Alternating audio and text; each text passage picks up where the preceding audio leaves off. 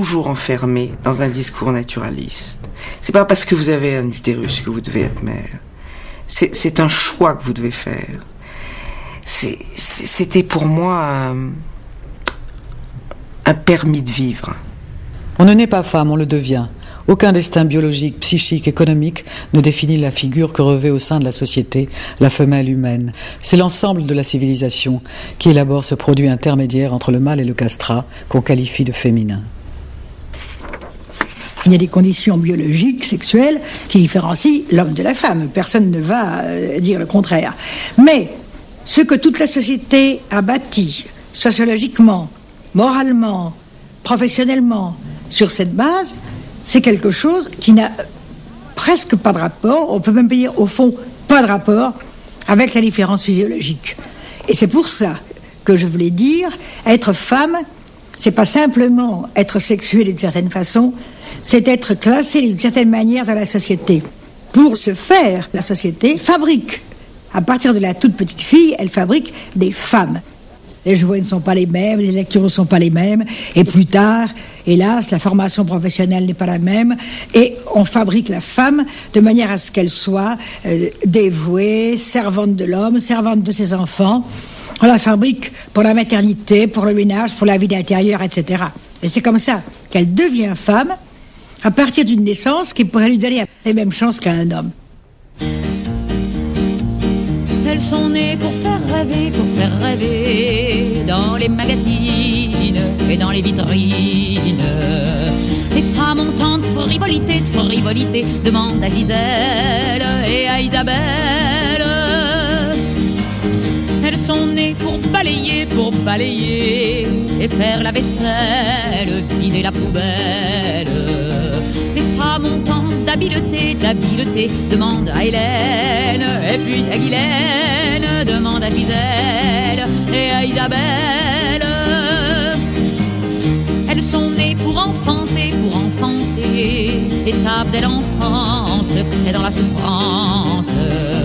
Les femmes ont tant de générosité, demande à Christine et à Micheline, demande à Hélène, et puis à Guylaine, demande à Gisèle et à Isabelle.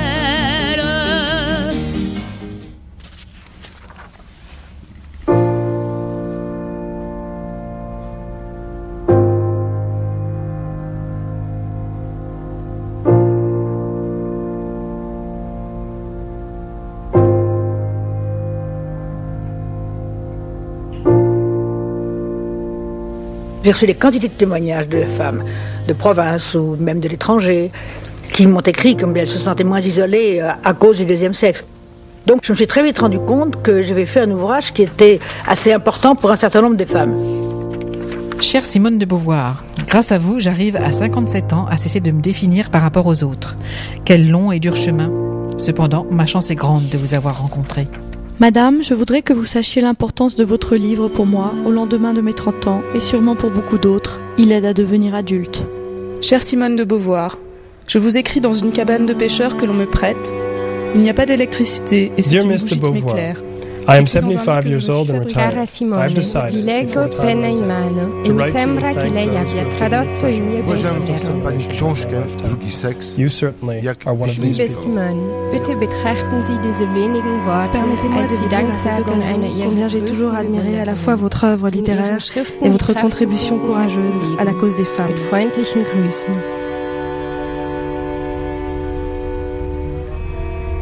C'est un long seller, comme on dit en anglais. C'est-à-dire, c'est un livre qui se vend année après année. Chez nous, bien sûr, il se vend année après année, sans vraiment lever le petit doigt, mais à l'étranger aussi. Ça a été publié dans tous les pays, alors bien, mal, à partir d'une mauvaise traduction anglaise, peu importe. Je l'ai ici en hindi. Regardez, c'est génial de le voir en hindi. Il y en a beaucoup d'autres. Je peux vous énumérer les langues. J'ai la liste ici. Je l'ai même par ordre alphabétique. Vous allez voir, c'est assez impressionnant. Albanais, allemand, anglais donc.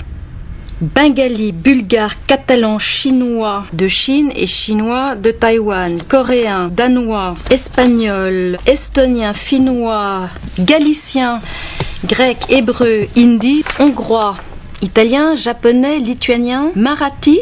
Il y a un projet, il ne s'est pas encore paru, mais il y a un projet en marathi, néerlandais, norvégien, polonais, portugais du Portugal, portugais du Brésil, roumain, russe, serbo-croate, slovaque, suédois, tamoul, tchèque, ukrainien et vietnamien. Vous avez vu ça? De A à V. C'est super, hein? On lui doit tant parce que c'est elle, avec le deuxième sexe, qui dit à ses premières lectrices, parce qu'il y aura plusieurs générations, vous pouvez faire ce que vous voulez de votre vie. Vous n'êtes pas déterminé par votre corps, par votre biologie. Vous êtes un être de pensée, de liberté, et donc, d'une certaine façon, faites comme moi, ouvrez la cage.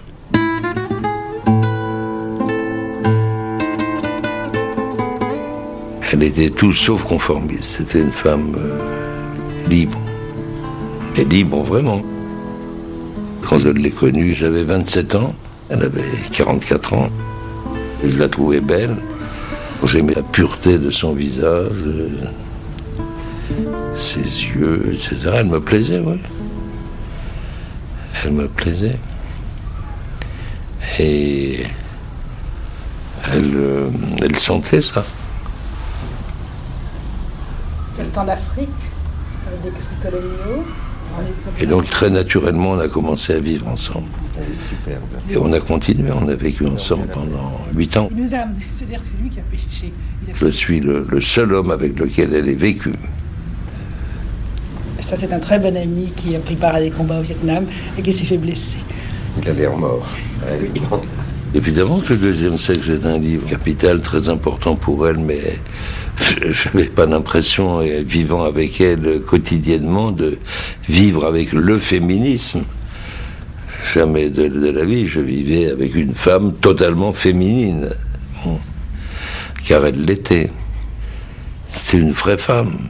Mais je la voyais beaucoup plus comme ma compagne que comme une icône du féminisme. Enfin, non. Dans le féminisme de Simone de Beauvoir, il n'y a pas de haine des hommes. Il n'y a pas de rejet de l'amour. Il y a presque une solidarité, une connivence.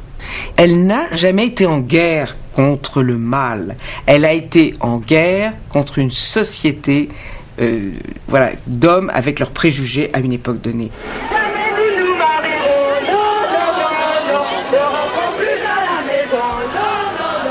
C'est la première grande manifestation féministe qui se tient à Paris depuis 1936. Environ 2000 femmes défilent de la République à la Nation à l'appel du MLF, le mouvement de libération de la femme. Et pour ces descendantes des suffragettes, elles le revendiquent d'ailleurs, la première des libérations se situe sur le plan sexuel. Les militantes féministes de 1971 réclament en toute priorité la contraception libre et gratuite et la liberté de l'avortement.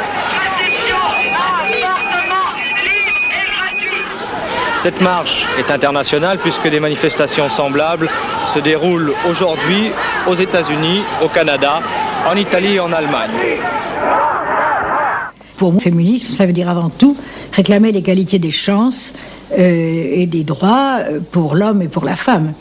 Et c'est le droit pour la femme d'être considérée comme un être humain à part entière. Alors ça, c'est toute la thèse du deuxième sexe, c'est qu'il n'y a aucune raison pour que la femme ne soit pas un être humain à part entière, exactement au même titre que l'homme. Debout, debout, levons nous femmes esclaves et brisons nos entraves.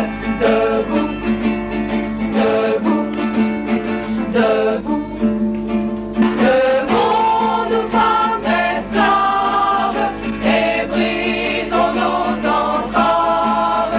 Debout, debout. Alors pour les féministes américaines, vous êtes la Bible. C'est-à-dire que le deuxième sexe était un acte de féminisme en un certain sens. Ceci dit, il n'y avait pas de féminisme militant à mon époque. Et c'est pourquoi le livre a été un livre qui était plutôt un livre de théorie qu'un livre vraiment militant. Et plus tard, il a servi à des militantes. On ne naît pas femme, on le devient. Aucun destin biologique, psychique, économique nous définit la figure que revêt au sein de la société la femelle humaine. C'est l'ensemble de la civilisation qui élabore ce produit intermédiaire entre le mâle et le castrat qu'on qualifie de féminin. Ainsi, le deuxième sexe de Simone de Beauvoir commence par ces mots. Je fus naturellement interrompue dans ma lecture, j'étais encore jeune, par le verbe devenir. Tout un monde s'ouvrait à moi. Ce verbe indiquait une distinction entre le sexe et le genre.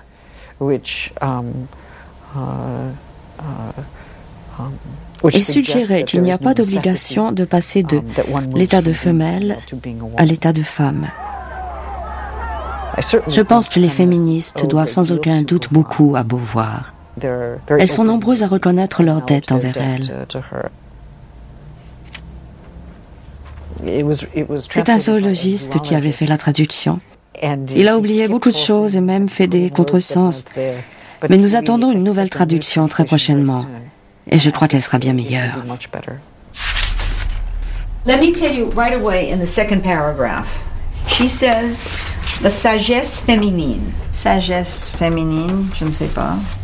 Sagesse, No, you no, know, I to think be a it's- good girl. No, I don't think so. You don't think so? No, I think it might be, it's feminine. Behavior? Don't no, you think no, it's behavior? absolument pas. No? No. Wait a minute, before that, Connie. In the third line, a sexual function. Yeah, it's an. Okay, so should we take the page out? Yes, okay. En 99, on était au colloque sur l'anniversaire de la publication du deuxième sexe. Et toutes les communications étaient sur la mauvaise traduction anglaise. La personne qui a écrit cette traduction, c'est un professeur émérite, c'est-à-dire à la retraite, de zoologie. Les consignes de l'éditeur étaient coupées parce que le public américain ne va jamais lire un livre aussi long. Et donc, il a fait ce qu'on lui a demandé de faire. Le malheur pour lui, c'est qu'il a coupé des parties très très importantes. Mais il y a une chose qu'on peut sérieusement pardonner. Nous savons maintenant de quoi il s'agit ce livre. Lui, il ne pouvait pas savoir. Il ne pouvait pas savoir qu'il était sur le bord d'un mouvement, le mouvement le plus important du XXe siècle. C'était 53 quand même. Nous nous rendons compte maintenant à quel point c'était coupé. On dit que 10%, on dit, 10 ou 12% les spécialistes, mais nous pensons maintenant qu'il y a plus. J'ai pris mon téléphone, j'ai appelé Anne-Solange et on a commencé à se dire, c'est à nous de le faire. Il faut le traduire. Je suis allée trouver l'éditeur américain en lui disant, bah écoutez, peut-être que vous n'êtes pas au courant parce que tout le monde est mort depuis, mais sachez que la traduction que vous avez publiée, moi-même je n'en étais pas consciente, vous ne l'êtes peut-être pas non plus, mais c'est une édition qui est tronquée avec des contresens, donc ça vaudrait la peine d'avoir the real thing. Et il voyait pas trop l'intérêt parce qu'il continuait à bien le vendre. Et donc j'ai abordé les Anglais et c'est une jeune éditrice qui a très bien réagi, qui m'a dit mais c'est très intéressant ça. Ah bon, c'est tronqué, je ne savais pas. Et finalement tout le monde s'est lancé dans l'aventure. L'aventure est en cours. Nous sommes vraiment très impatients. Je pense qu'il y aura un regain d'intérêt pour Beauvoir grâce à cette nouvelle traduction.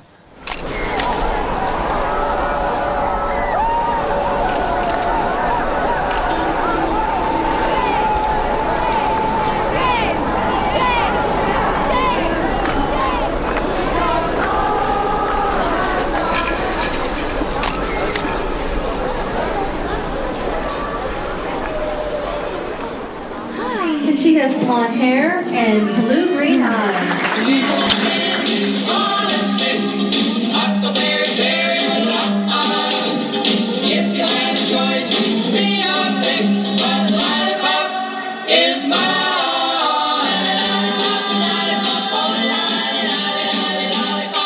Tu ne répètes pas, c'est ta danse lollipop.